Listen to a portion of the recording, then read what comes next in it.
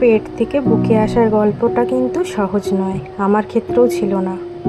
যখন আমি জানতে পারি মা হচ্ছি, তার কিছুদিনের মধ্যেই আমার নিজের মা আমাকে ছেড়ে চলে যায় পরলোকে।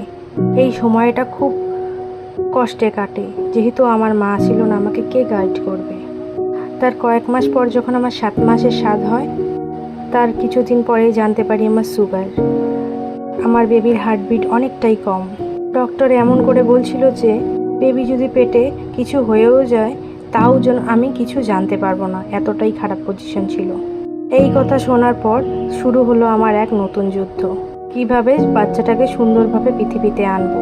অবশেষে ছেলেকে আমি ভালো করে পৃথিবীতে আনতে পারলাম, অনেক কষ্ট করে, অনেক পরিশ্রমের ফল।